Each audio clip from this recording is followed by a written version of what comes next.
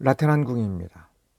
콘스탄티누스 황제의 두 번째 부인으로서 황후가 된 여인, 그 여인이 속한 파우스타 가문이 AD 313년 무렵에 소유했던 그 땅, 그 파우스타 가문이 소유하기 전에 이 땅의 소유주가 라테라누스 가문이었기에 라테란이라고 하는 이름으로 불려지게 된 이 대성당은 콘스탄티누스 황제가 AD 313년에 기독교를 공인한 뒤에 그곳에 황제가 경비를 들여 궁과 부속 성당을 건축하여 감독에게 주었습니다. 그 부속 성당은 AD 318년에 완공됨으로써 세계 최초의 대성당이 된 것입니다. 그래서 모든 성당의 어머니 성당이라고 합니다.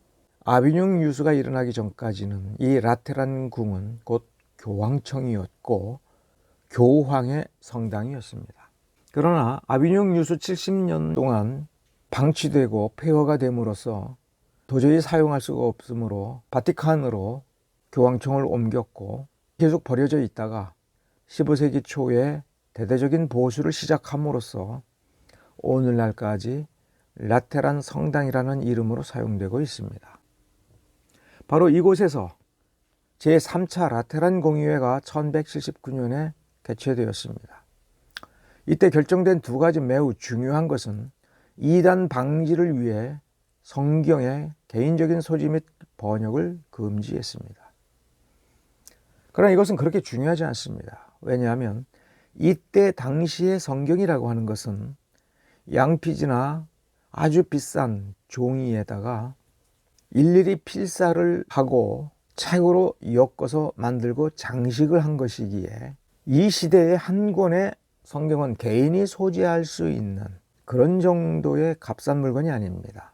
이때 한 권의 성경은 웬만한 기사의 영지에 해당하는 정도의 엄청나게 값비싼 것일 수 있습니다. 여기서 중요한 것은 이단 방지다라고 하는 것입니다. 이단을 방지하기 위해서 성경의 소지 및 번역을 금지했다라고 하는 것은 기독교 원리에 근본적으로 부딪히는 일입니다. 그러므로 우리는 여기서 추론할 수 있는 것은 이때 교회의 체제와 제국의 체제에 뭔가 중대한 모순이 벌어졌다 하는 것입니다. 다시 말하면 제국의 체제와 당시 교회 체제는 그때까지 가지고 있었던 어떤 방식으로는 더 이상 막아낼 수 없던 문제가 발생했는데 그 문제를 효과적으로 처리할 수 있는 방법이 없었던 것입니다. 그래서 이렇게 쓸데없는 결정을 내리게 된 것이지요. 다시 제4차 라테란 공의회를 보면 교황권이 절정에 이르렀다, 이렇게 역사책에서 흔히 말하는 이노센트 3세가 소집한 이 라테란 공의회에서 화채서를 공식 교리로 채택을 합니다. 그리고 7세 이상은 1년에 한 차례 이상 미사 참석을 의무화합니다. 고해성서를 의무화합니다. 그리고 이단 재판을 설치하는 결의를 합니다. 13세기 초에 이 네 가지 교령을 결정하고 집행하도록 한 것은 한편으로는 교회 체제가 그리고 교리적으로 교회의 건강성을 유지할 수 있는 어떤 자정 능력을 굉장히 상실했다. 그래서 그 위기를 극복하기 위해서는 사제의 권위가 많이 높아진 시점에서 최대한 사제권을 강화하지 않으면 안 되겠다라고 하는 그 방편으로 나아간 것입니다. 자, 우리 다시 제3차 라테란 공의를 생각해 봅시다. 성경 번역을 금지했습니다. 무슨 뜻입니까? 제국이 해체될 위기가 왔다는 겁니다. 나라는 언제 갈리게 되느냐? 그 불씨가 뭐냐라고 할 때 언어가 통합이 되지 않으면 갈라집니다. 그리고 자국어로 성경을 읽으면 성경이 해박해져서 사제에 대해서 함부로 덤벼든다라고 하는 그 위기보다도 더 중요한 것은 성경이 자기가 쓰는 언어로 번역이 된다고 하는 건 재판과 공문서를 그 모국어로 작성해야 된다는 의미가 됩니다. 또 할 수밖에 없게 됩니다. 그러면 그때까지는 제국을 통일하는 유일한 것이 언어, 그것도 라틴어였던 것입니다. 그러면 라틴어가 아닌 각 지방의 방언으로 법령을 제정하고 재판을 진행할 때 그 언어가 달라지는 것에 따라서 나라가 달라지고, 성경을 자기 모국어로 보면 그 모국어의 관점과 문화에 의거하여 성경을 해석하므로 종교가 달라진다라고 하는 것을 피할 수가 없는 겁니다. 프랑크족이 프랑크 왕국을 형성했을 때는 그 안에 수백 개의 종족과 문화가 달랐습니다. 샤를마뉴는 라틴어를 보급하기로 했습니다. 그래서 라틴어를 가지고 제국을 통일하고, 라틴어로 된 성경으로 제국의 종교와 사상을 통일하며, 아우구스티누스의 하나님의 도성을 읽음으로써 그 나라가 지향해야 될 비전을, 하나의 통일된 비전을 제시했습니다. 이 세 가지를 수용할 때에 프랑크 왕국의 정신을 계승하는 것이며, 각 제후들은 자신들의 신민들을 통치할 수 있는 권리가 세워지는 것, 이것이 합의된, 암묵적으로 합의된 신성 로마 제국의 모습입니다. 그러나 좀 더 자세히 들여다보면 라틴어로 미사를 드려야 되느냐라고 하는 것은 의무화된 것이 아니었습니다. 그러나 각 지역 교회들은 라틴어로 미사를 드리는 것을 자발적으로 선택해 왔습니다. 미사 용어를 교회 용어인 라틴어를 썼고, 다만 성경을 오늘날 설교라고 하는 강론을 할 때 각국 방언으로 알아듣게 해 주었습니다. 설명해 준 거죠. 공식 교회 용어와 학문 용어는 라틴어였습니다. 그러던 것이 각 지방 사람들이 자의식이 성장하고 자기 언어로 성경 보기를 원할 때 그거를 내버려 두면 결국 교회가 분열이 되고 제국이 분열이 된다라고 하는 것은 너무나 당연합니다. 각 지방 사람들은 나라가 분열이 되든 내가 살고 있고 몸담고 있는 내 지역 공동체가 하나의 나라만 되고 행복하게 살면 되겠죠. 그러나 라테란 공의회에 참석할 정도 되는 사람들이라면 제국의 안보와 제국의 발전, 제국 전체의 운명에 대해서 고민하고 있었던 것입니다. 근데 그 위기가 해소되지 않았습니다. 그래서 제4차 라테란 공의회로 모여서 화채서를 공식 교리로 채택을 했습니다. 교회의 통일성을 시도하는 것이죠. 미사 참석을 의무화한 것이죠. 이것을 사제권을 강화시킨다라고 하는 것에서만 볼 수가 없고, 교회의 통일성을 유지하며 제국의 통일성을 유지하기 위한 몸부림이라고 해석할 필요가 있습니다. 이것 말고 방법이 없다는 것이 한편으로는 비극의 씨앗이 되는 겁니다. 쉬운 방법이 당장은 좋지만 독이 되는 수가 있기 때문에 그렇습니다. 지금 독성을 강화시키고 있습니다. 미봉책이 당장에는 효과가 있을지 모르지만 나중에는 엄청난 화가 될 수가 있기 때문에 그렇습니다. 다시 거슬러 올라가서 제1차 라테란 공의회 12세기 초로 가봅시다. 1122년에 로마 교황과 신성 로마 제국 황제 사이에 보름스 협약이 맺어졌는데, 황제와 교황 사이에 맺은 협약은 신성 로마 제국 의회에서 공인이 되어야 되고, 교황 측은 교회 전체 회의에서 공인이 되어야 됩니다. 즉 추인이 되어야 되죠. 그래서 제1차 라테란 공의회로 모여서 보름스 협약을 추인함으로써 서임권 문제를 일단락했습니다. 그럼 서임권 문제가 뭐냐? 주교를 서임하는, 사제를 서임하는 방법이 황제가 관할하는 신성 로마 제국 영토와 황제의 관할권이 통용되지 않는 교회 국가가 방법이 다른 겁니다. 어디에 우리가 지금 주목을 해야 되냐면 이 위키백과의 마지막에 있는 교회 개혁의 기본 노선, 즉 12세기서부터 교회는 개혁이 되어야 된다라는 생각을 하고 있었고, 교회를 어떻게 개혁을 해야 될 것인가에 관한 어떤 관념을 가지고 있습니다. 자, 그러면 교회가 개혁이 되면 이 교회는 주교령이라고 하는 것, 그것은 신성 로마 제국 안에서도 독립된 혹은 교회에 부속된 영토들이 있는 겁니다. 이 문제가 왜 벌어지는 거냐면 신성 로마 제국의 영토에 있는 교회령, 주교가 다스리는 그 영지는 본래 누구 거냐 이거예요. 두 가지입니다. 황제의 땅이 아닌 곳과 황제의 땅인데 그것이 교회의 기증이 되어서 주교가 관할하는 영토가 있는 겁니다.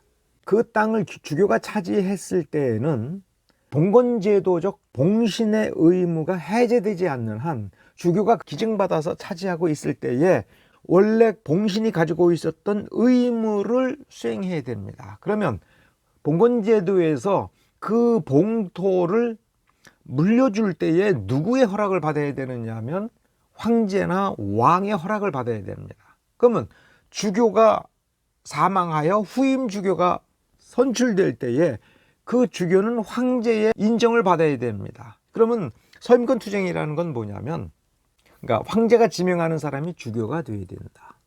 근데 교회 측에서는 평신도가 주교를 지명하여 교회를 다스리게 한다. 이건 말이 되느냐 이거예요.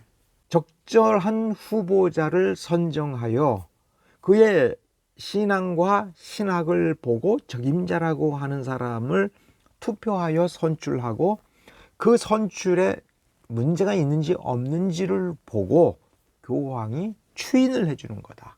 그러면 교황이 추인한 것을 황제가 거절할 수 있느냐? 그거 거절 못하는 거 아니냐? 이런 식의 논쟁인 겁니다. 황제가 신앙이 있든지 없든지 자기 이익에 관련된 사람을 뽑았을 때 교회가 그걸 추인을 해줘야 되느냐? 이래가지고 교회가 망가진 거다. 그래서 교회의 성직자는 교회 내에서 신앙이 있는 사람을 뽑는다. 그리고 서임권 투쟁에서 교회가 추구했던 것이고 라테란 공의회에서 끝까지 관철하려고 했는데 보름스 협약에서는 주교를 선임할 때 독일 국내에서는 황제가 먼저 지명을 하고 그 지명자를 놓고 교회가 투표해라 이런 거죠. 이게 교회가 받아들일 수가 없는 거죠. 이런 문제 때문에 제1차 라테란 회의가 모인 거예요. 그러면 우리가 이걸 왜 보느냐? 1차 라테란 회의, 즉 12세기 초에 이미 교회와 제국 사이에는 교회는 교회대로 제국은 제국대로 교회와 제국 사이에 특히 독일 교회 문제에서는 어느 쪽에 유리하든지 아니든지 간에 체제에 굉장히 중대한 모순이 생겼고 이 모순을 해결하기 위해서 세속 권력과 교회 권력이 충돌했던 것이지요. 해결이 안 됐다는 얘기입니다. 그 해결이 안 돼서 2차 라테란 공의회, 3차 라테란 공의회 이렇게 해서 거듭이 된 겁니다. 그러면 1차, 2차, 3차, 4차 그리고 트렌트 공의회, 종교개혁기에 칼빈이 죽을 무렵에 끝나게 된 이 트렌트 공의회까지 전체 12세기서부터 16세기를 관통하는 하나의 핵심 코드가 뭐냐면 교회개혁입니다. 그리고 교회개혁은 세속국가 체제의 개혁이 과제였는데 계속 모순이 누적이 되어가고 그때그때 땜빵을 해가면서 극복해 나갔는데 이 모순이 심화되면서 우리가 아는 로마 카톨릭이 나온 겁니다. 1440년에 구텐베르그 금속 활자가 발명이 되었기 때문에 루터의 종교개혁이 급속히 확산되었다라고 말을 하지만 이 금속 활자와 구텐베르그라고 하는 인쇄업자는 도구에 불과합니다. 이 도구를 누가 쓰느냐에 따라서 서로 유리한 겁니다. 예를 들어서 면벌부, 면죄부라고 하는 거를 그전에는 손으로 썼다고 한다면 이젠 이것도 인쇄가 가능한 겁니다. 또 로마 카톨릭에서 미사경본, 즉 미사는 네 마음대로 드리는 것이 아니라 이런 식으로 드린다라고 해서 문구까지도 정해 놓는데 그 미사 경본을 아주 저렴한 비용으로 인쇄를 해서 전 세계 교회에 미사 경본을 깔아놓고 보급을 하면 그만큼 카톨릭 사상이 깊이 뿌리 박히게 되고 종교개혁적 투쟁은 그만큼 어려워지는 겁니다. 왜 이렇게 시도가 됐느냐? 교회는 개혁이 되어야 되는데 그만큼 모순을 느꼈는데 왜 이런 식으로 발전했느냐라고 할 때는 우리는 9세기 중반에 고트샬크 예정론 논쟁을 주목할 필요가 있습니다. 샤를마니가 세운 궁정학교 출신의 늙은 수도사 고트샬크가 이 궁정학교에서 배운 학식을 가지고 뭘 보기 시작했냐면 아우구스티누스의 작품에 집중을 하면서 예정론을 얘기하기 시작했습니다. 예정론도 이중예정이 아우구스티누스가 주장한 것이다 라고 얘기하면서 논쟁이 벌어졌습니다. 샤를마뉴의 궁정학교의 교장 출신인 그리고 교수들이 고트샬크의 예정론을 묵살하고 수도원에 유폐시켜서 결국 수도원에서 죽었습니다. 한마디로 고트샬크는 이중예정을 주장을 했습니다. 근데 이중예정을 반대하는 논리는 단일 예정일 수도 있고요. 우리가 흔히 자유의지다라고 하는 인간의 선택권입니다. 하나님은 인간의 선택을 존중하기 때문에 우리가 어떻게 선택할 것인지를 전제하여 인간의 운명을 결정한다는 겁니다. 여기서 인간이 자유의지로 선택해야 된다는 쪽으로 이게 성경의 가르침이다, 이게 어거스틴이다 라고 하는 쪽으로 결정을 내리면서 고트샬크를 이단으로 모른 겁니다. 왜 이렇게 했느냐라고 할 때 그 이후에 교회가 흘러가는 방향은 이 라테란 공의회가 보여주는 겁니다. 첫째, 사제 중심주의, 사제주의. 사제가 그리스도의 대리자로서 교회를 운영하고 구원을 보급하는 핵심 역할이다. 사제 없이는 교회 없다는 얘기예요. 그다음에 사제는 교회의 성례전을 주관하는 요소다. 사제가 주관하지 않는 건 다 무효다. 그리고 성례전을 통해서 구원받는다. 이런 쪽으로 발전시키는 거예요. 그러다면 성례전은 어떻게 몇 가지가 있는 거냐 할 때 9세기 중반서부터 12세기까지 13세기까지 쭉 발전하면서 칠성례전으로 굳어져 가는 겁니다. 이 발전 방향으로 가야 된다라고 본 셈입니다. 어디서부터 모순이 생긴 거예요? 9세기 중반부터. 그걸 풀기 위한 방법은 뭐예요? 원본을 봐야 돼요. 그리고 원본을 놓고 정확한 답을 찾을 때까지 끊임없이 논쟁하고 검증하고 토론하고 또 검증하고 확인해 또 확인을 하고 그러면서도 계속 열어두는 이 교회의 방식이 9세기 중반에 권위주의적 혹은 편의주의적 혹은 사제주의적 발생 때문에 폐쇄된 겁니다. 그러면서 이중예정, 아우구스티누스의 원본을 보면서 이중예정을 이야기하는 것이 이단이 됐으니까 이건 보지도 말라라고 교회적 권위로 확증을 하고 그를 수원에 유폐시켜서 죽을 때까지 가둬놔 버렸으니까 이제는 누가 이거를 얘기하겠습니까?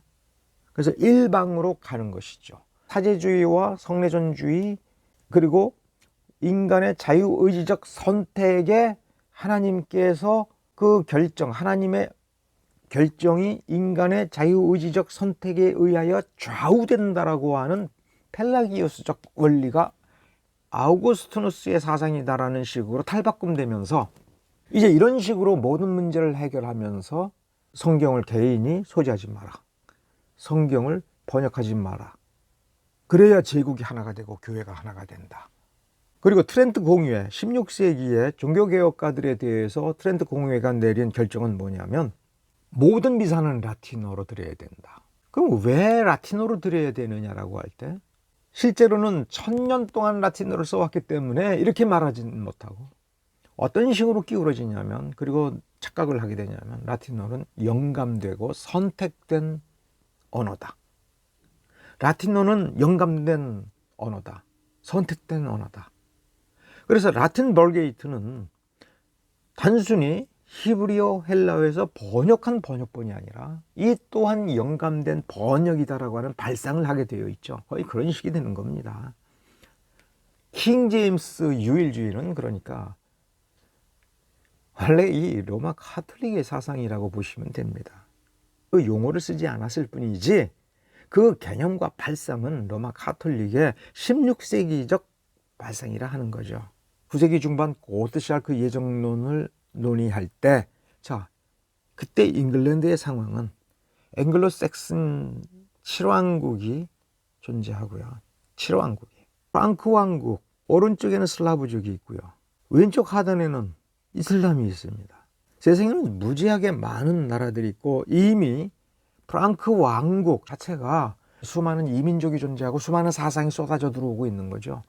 잘 살수록 복잡한 겁니다. 그 제국의 구성 요소들은 더 이상 게르만족이 아닙니다. 야만인들이 아닙니다. 제국을 건설하고 제국을 200년, 300년 동안 유지했다고 한다면 그들은 이미 상당한 문명을 건설한 것입니다.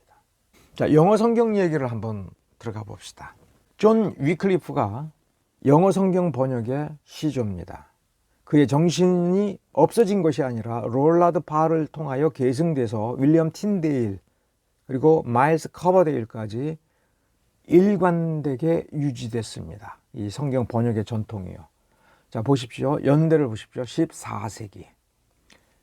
15에서 16세기로 넘어가고, 그렇죠? 16세기. 이 세 사람이 매우 중요하고, 여기서 한 사람을 더 첨가한다면 존 로저스라고 하는 사람, 커버데일의 친구이기도 하죠. 자, 좀 더 자세히 봅시다. 위클리프는 14세기의 인물입니다. 그런데 라틴 벌게이트 성경을 영어로 번역한 최초의 인물인데 성경의 표현을 옮길 영어 단어가 없었습니다. 그래서 단어를 새로 만들었습니다. 예를 들면 출애굽기 29장 33절입니다. 지금 우리 개역 한글에서 그 없는 단어 부분을 지우고 한번 읽어봅시다. 그들을 거룩히 구별하여 제사장으로 세우고 어떤 제물로 바친 것이므로 그들만이 먹을 수 있다. 이것은 거룩한 것이므로 다른 사람은 먹을 수 없다 할 때 지금 지워진 부분, 이 단어를 만일에 여러분이 이 문장만 놓고 혹은 여러분이 알고 있는 상식을 놓고, 그러니까 외운 단어로 하지 말고요. 여기다 와서 어떤 단어를 넣어야 되겠습니까? 단어가 없는 겁니다. 한글 단어가 없다고 보십시오. 그들을 거룩히 구별하여 제사장으로 세우고 어떤 제물로 바친 것이기 때문에. 근데 이 자리에 라틴 벌게이트는 플라카빌레라는 단어가 있습니다. 화를 가라앉히는, 평온케 하는 이런 뜻입니다. 플라카빌레라고 하는 성경의 모든 곳곳마다 이미 살펴보고 그 개념을 먼저 잡아야겠죠. 라틴 벌게이트를 공부한 신학자라면 그 라틴 벌게이트에서 플라카빌레라고 하는 이 단어의 용례는 알고 있겠죠. 근데 그것을 번역할 영어 단어가 없어요. 이 플라카빌레라고 하는 것은 예수 그리스도께서 십자가에 달려 죽으심으로 하나님의 진노를 가라앉히고, 그래서 그 순간 우리는 구원받았다, 이 개념인데 이거를 담을 적합한 영어 단어가 없었어요. 그래서 고민하다가 바로 그 순간에, 그 한순간에 라는 단어에 집중을 내고 at one moment, 한순간에, 그래서 atonement라고 하는 단어를 만든 거예요. 벌게이트 성경을 왜 못 읽었느냐면 읽어도 그 단어가 가지고 있는 개념을 파악하지 못한 거예요. 근데 이제 그들도 알아야 되기 때문에 그들이 알고 있는 어떤 단어를 통해서 이 개념을 전달해 줘야 되는데 개념도 없고 단어도 없었던 거예요. 그래서 새로운 단어를, 영어 단어를 만들어서 이제 들려주고, 어톤먼트를 이제부터 써라. 그 어톤먼트가 뭐예요? 아, 이런 거야 라고 할 때, 아, 그럴 때 이 단어를 쓰는 거구나. 그럼으로써 이 영어를 사용하는 그들은 새로운 차원의 개념을 자기 머릿속에 집어넣고 자유자재로 구사할 수 있는, 그래서 뭐가 되는 거예요? 이제 생각의 폭이 넓어지는 거죠. 그러면서 유월절이라는 단어, 화평케 하는 자, 피스메이커, 오래 참음, 창조의 아름다움, 하나님께서 창조하시고 좋았더라 라고 하는 그 아름다운 것을 표현하기 위하여 뷰티풀이라는 형용사도 만들어 준 거예요. 여호와라는 표기법도 이 위클리프가 개발을 한 겁니다. 위클리프가 성경을 다 번역했느냐, 이 문제가 아니라 다음 사람들이 작업할 수 있는 가장 중요한 단어들을 정리하고 개념들을 정리하는 매우 중요한 작업을 14세기에 시도한 거죠. 그 다음 등장한 사람이 윌리엄 틴데일입니다. 히브리어 헬라어에서 영어로 번역한 최초의 작업을 했습니다. 히브리어 본문은 이미 AD 10세기에 정립이 되어 있고요. 헬라어는 1516년에 에라스무스가 출간한 본문을 가져다가 거기서부터 번역을 했습니다. 그래서 위클리프의 작업에 쓸모가 없는 것이 아니라 거기에 있는 영어 단어들을 써야죠. 그렇지 않으면 영어 단어들을 다 새로 만들어야 되는 겁니다. 이 작업을 10년 동안 했습니다. 다음에 등장한 사람이 마일스 커버데일입니다. 이미 출간된 여러 역본들을 참조해서 1535년에 최초로 인쇄된 영어 완역본 성경을 완성합니다. 마일스 커버데일이 1535년이에요. 잉글랜드 국내에서 인쇄된 최초의 성경 문서가 1537년에 나옵니다. 최초의 국왕 공인본입니다.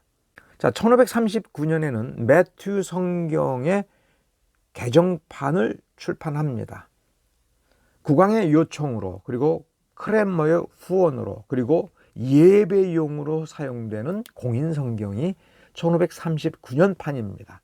다시 말하면 1539년부터는 영국 교회 전체가 영어 성경을 사용한다는 의미가 됩니다. 헨리 8세가 국왕이 된 1509년서부터 헨리 8세의 다음 왕인 에드워드 6세, 스튜어트 왕조의 4왕 중 마지막 왕인 엘리자베스 1세 시대, 이때에는 성경 번역가들이 목숨을 부지하고 안전합니다. 다만 그 이외의 시대에, 즉 헨리 8세 이전 시대에는 성경 번역가들은 반역자였습니다. 그 다음에 1553년서부터 1558년을 다스린 메리 여왕 때에는 앵글리칸을 폐지하고 가톨릭으로 교회를 되돌려 놓으려고 했기 때문에 가톨릭이라고 하는 것은 라틴어 성경만이 영감된 성경이다 라고 인정을 하고, 교황이 비준한 혹은 임명한 사제가 집전하는 성례전만이 유효하다는 것이 가톨릭주의입니다. 그러므로 메리 여왕은 성경 번역자를 반카톨릭주의자, 하나님의 원수로 간주하여 탄압을 한 것이죠. 마이스 카바데일도 대륙으로 도망가야 되겠죠. 그러나 그의 치세는 5년이라는 짧은 치세로 끝났기 때문에 다행입니다.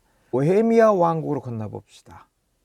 왜냐하면 보헤미아는 신성 로마 제국을 구성하는 왕국이며, 루터가 종교개혁을 시작하기 전에 신성 로마 제국은 독일 제국이라고 하는 식의 개념을 가졌기 때문에 그렇습니다. 즉 보헤미아 왕국은 그 구성 인원이 체코인들, 슬라브인들이 섞여 있지만 독일인들도 섞여 있고, 독일 제국, 신성 로마 제국의 일원으로서 여기에서도 이미 종교개혁이 일어났기 때문에 그렇습니다. 지금 이 사진은 1410년 루터가 비텐베르그 대학 교수가 되기 100년 전입니다.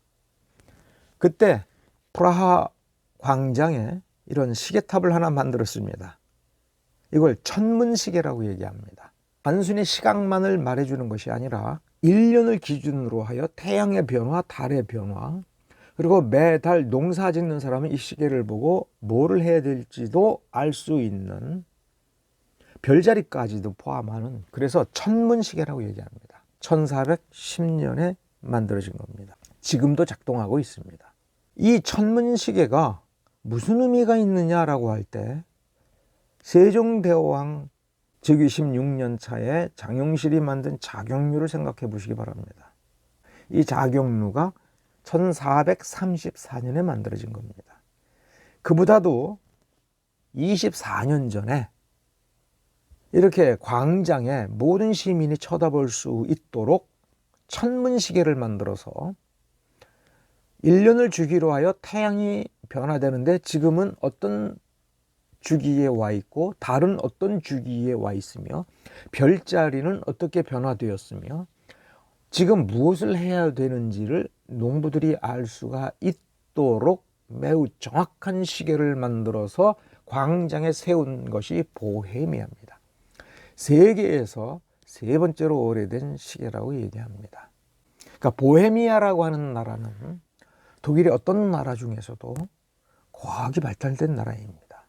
1400년에 얀 후스가 프라하 대학의 교양학부 및 신학부 강의를 시작하고 성 미칼 교회의 설교자가 됩니다. 1400년에 얀 후스라는 종교개혁가가 교수가 되고 설교자가 됐습니다. 1401년에 프라하 대학 철학부 학장으로 임명되어서 활동하기 시작합니다. 1402년에 프라하 대학 총장이 됩니다. 아주 초고속으로 승진한 사람입니다. 그런데 이 사람이 원래 체코 사람입니다. 체코 민족주의를 고향했습니다. 그러면 다시 말하면 뭐냐면, 교회는 체코인들의 교회여야지 제국의 교회가 아니다. 체코어를 개량하여 철자법을 개혁했습니다. 이 사람이, 신학자가. 언어를 개량하고 문법을 만들며 철자법을 왜 개혁을 합니까? 그래야 책을 쓰고 성경을 번역을 하고 이게 다듬어지고 지금 벌게이트가 가지고 있는 수준만큼 발전할 수 있으니까. 그래서 또 의도적으로 라틴어뿐만 아니라 체코어 저술 활동을 합니다. 그런데 1409년에 보헤미아 국왕이 칙령으로 민족 구성의 비율을 재조정을 해서 교수 숫자를 정리를 하다 보니까 프라하 대학의 주도권이 체코인들에게 넘어가고 거기에 불만을 품은 독일인 교수들과 학생들이 충돌하게 되어서 결국 국왕이 이렇게 칙령을 내렸으니까 어떡합니까? 독일인들이 쫓겨나죠. 그래서 1409년에 이들이 독일로 돌아가서 만든 게 라이프치히 대학입니다. 그러자 신성 로마 제국 황제와 충돌을 하게 되고 교회 문제가 되며, 그래서 1414년 10월에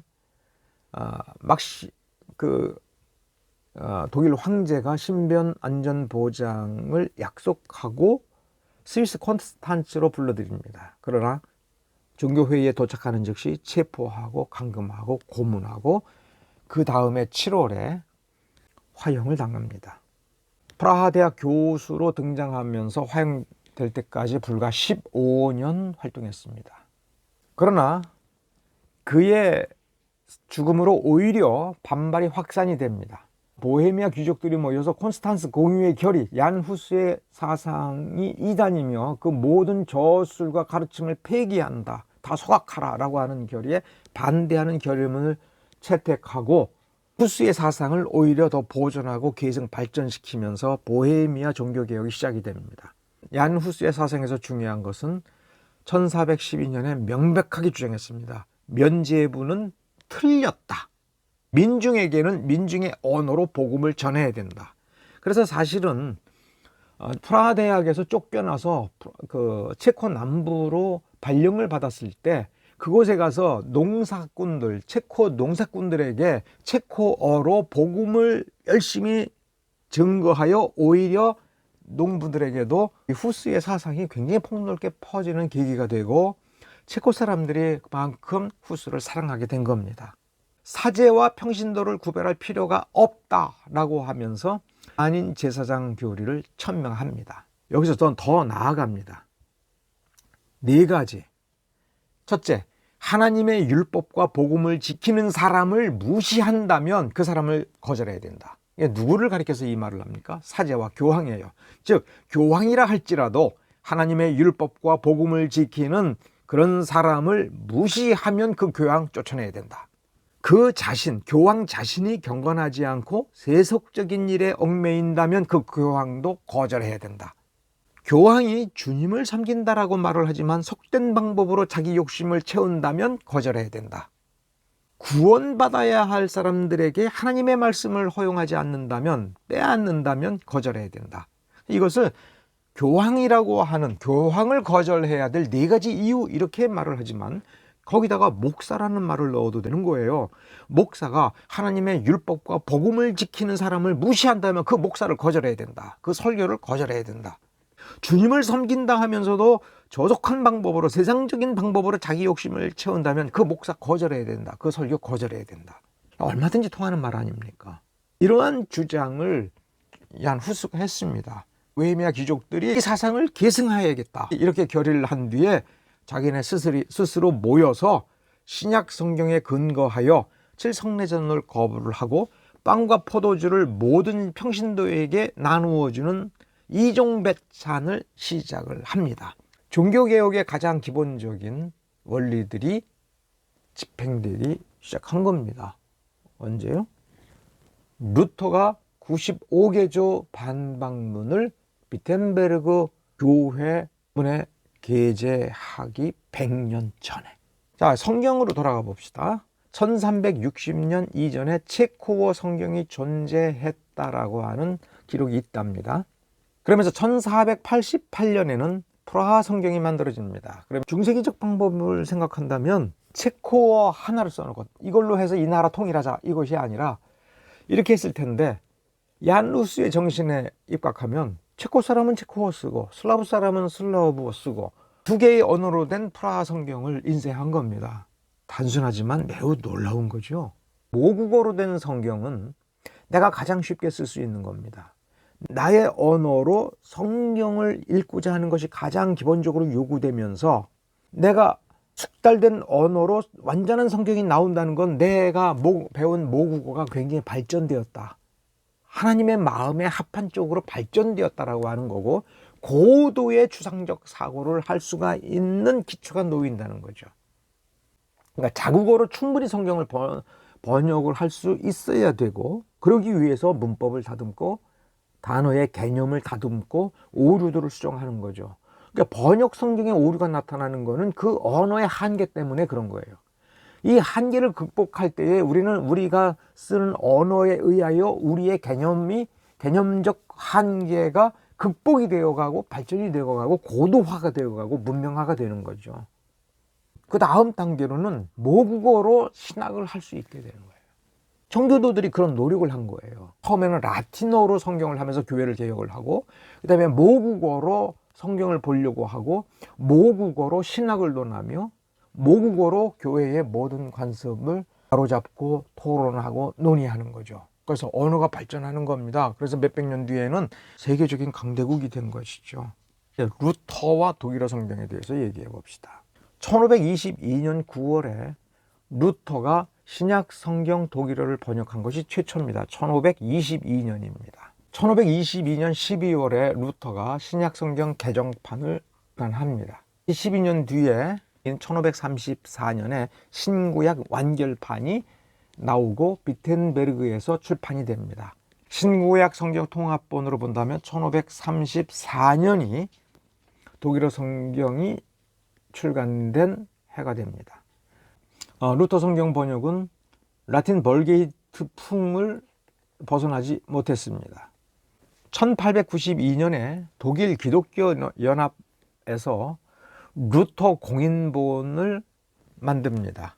그래서 1차 통합 개정본을 만듭니다. 왜냐하면 그 사이에 수많은 업자들이 루터 성경 번역의 오탈자들, 그 다음에 오류들을 발견해서 수정하는데, 그러니까 출판사마다 자기네들이 알아서 하다 보니까 굉장히 다양한 종류의 루터 성경이 나와 있던 겁니다.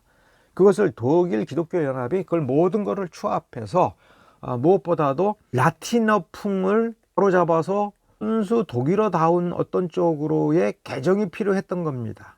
그래서 1892년에 통합 개정본을 만들고 1912년에 2차 통합 개정본을 만듭니다. 루터 성경이 에라스무스 신약 성경을 저본으로 해서 번역을 한 거라고 했지 않습니까?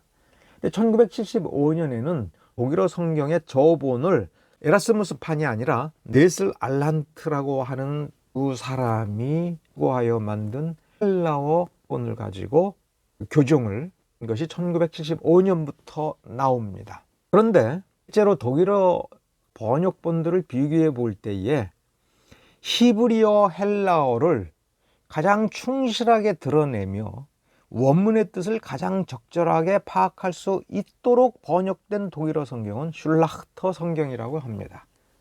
1905년부터 나오기 시작을 한 이 슐라흐터 성경이 최근에는 2003년에 슐라흐터 2000이라고 하는 이름으로 나온 이 슐라흐터 성경이 영어 성경으로 얘기하면 킹 제임스 버전처럼 히브리어 헬라어에 가장 충실하게 번역하려고 했던 것, 그러니까 영어 다음에 가장 충실한 것이 아니라 히브리어 헬라어에 가장 충실한 것, 그거는 슐라흐터 성경이라고 하는 것.